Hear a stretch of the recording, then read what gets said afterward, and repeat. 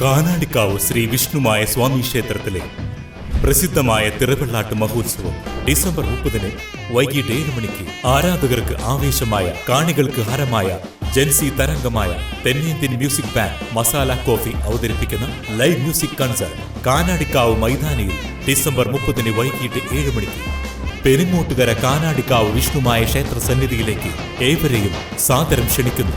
നിയമം ലംഘിച്ച് തീരത്തോട് ചേർന്ന് കണ്ണിവലുപ്പം കുറഞ്ഞ വലകൾ ഉപയോഗിച്ച് അനധികൃത മത്സ്യബന്ധനം നടത്തിയ ബോട്ടുകൾ ഫിഷറീസ് മറൈൻ എൻഫോഴ്സ്മെന്റ് സംഘം പിടികൂടി.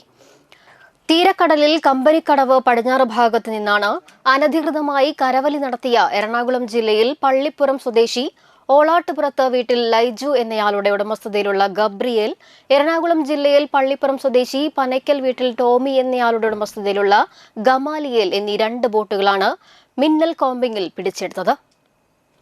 ബോട്ടിലുണ്ടായിരുന്ന മത്സ്യം മുനയ്ക്കക്കടവ് ഹാർബറിൽ പരസ്യലേലം ചെയ്ത് ലഭിച്ച തുക സർക്കാരിലേക്ക് കണ്ടുകെട്ടി.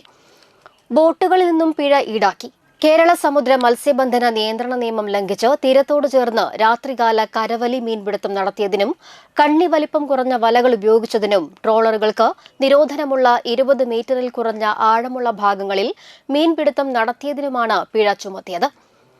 തീരക്കടലിലും അഴിമുഖങ്ങളിലും വിവിധ ഹാർബറുകളിലും ഫിഷ് ലാൻഡിംഗ് സെന്ററുകളിലും Azhikode fisheries station assistant director KP ഗ്രേസിയുടെയും Nattika fisheries extension officer Ashwin രാജിന്റെയും നേതൃത്വത്തിൽ നടത്തിയ പ്രത്യേക കോമ്പിംഗ് ഓപ്പറേഷന്റെ ഭാഗമായാണ് ബോട്ടുകൾ പിടിച്ചെടുത്തത്. കമ്പനിക്കടവിൽ നിന്നും ഓപ്പറേറ്റ് ചെയ്യുന്ന പ്രത്യേക സംഘത്തിൽ Sabna Gopan, mechanic Manoj Thedathara, marine enforcement and വിജിലൻസി വിഭാഗം ഓഫീസർമാരായ VN Prashanth Kumar, VM Shaibu, ER Shinilkumar, rescue ഗാർഡുമാരായ കൃഷ്ണപ്രസാദ്, ശ്രേയസ്, സജീഷ്, ഡ്രൈവർ അഷ്റഫ് എന്നിവരടങ്ങിയ പ്രത്യേക അന്വേഷണ സംഘമാണ് ബോട്ടുകൾ പിടികൂടിയത്. കരവലി കേന്ദ്ര സംസ്ഥാന സർക്കാരുകൾ നിരോധിച്ച മത്സ്യബന്ധന രീതിയാണ്.